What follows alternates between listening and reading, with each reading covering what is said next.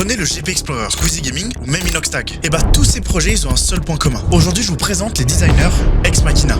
EXM est composé de 4 membres, chacun avec un rôle précis dans la création des projets. Ex Machina c'est composé de Charles, donc sur toute la partie 3D, Tommy qui est lui sur l'ensemble des animations 2D et 3D, Ilan au sound design et à la composition musicale, et moi qui suis du coup sur la direction créative et le graphisme de manière plus générale. En 2009, ils se rencontrent tous chez Gotaga. Et à force de travailler ensemble pour Gota et avec d'autres créateurs, l'idée de créer un collectif s'est formée, avec la volonté de rassembler plein d'artistes sous une même entité sans effacer les individus. Et cette idée-là, elle est encore plus poussée après avoir designé les 2 premiers GP. Je pense que le déclic il arrive à la fin du GPE2. On a une volonté de se réunir pour créer des choses plus ambitieuses, qui nous ressemblent encore plus, potentiellement de le faire pour de vrai cette fois-ci plutôt que d'être chacun dans notre coin. Avec ça en tête, EXM évolue en studio de création. Pour l'identité, on retrouve une iconographie basée sur le X de XM, un emblème mécanique et minimal. On retrouve cette logique dans la typographie, une grotesque lisible et neutre avec quelques coupures pour rappeler la géométrie du logo. Pour accompagner le branding, on introduit Exo, une mascotte pensée comme la personnification du collectif, qui représente à la fois la musique, le branding, les projets corpos ou même l'événementiel. C'est aussi la signature visuelle, une manière d'identifier EXM sur toute leur création. Pour le nom Ex Machina, le blaze en vrai il nous est venu en vacances avec Tom,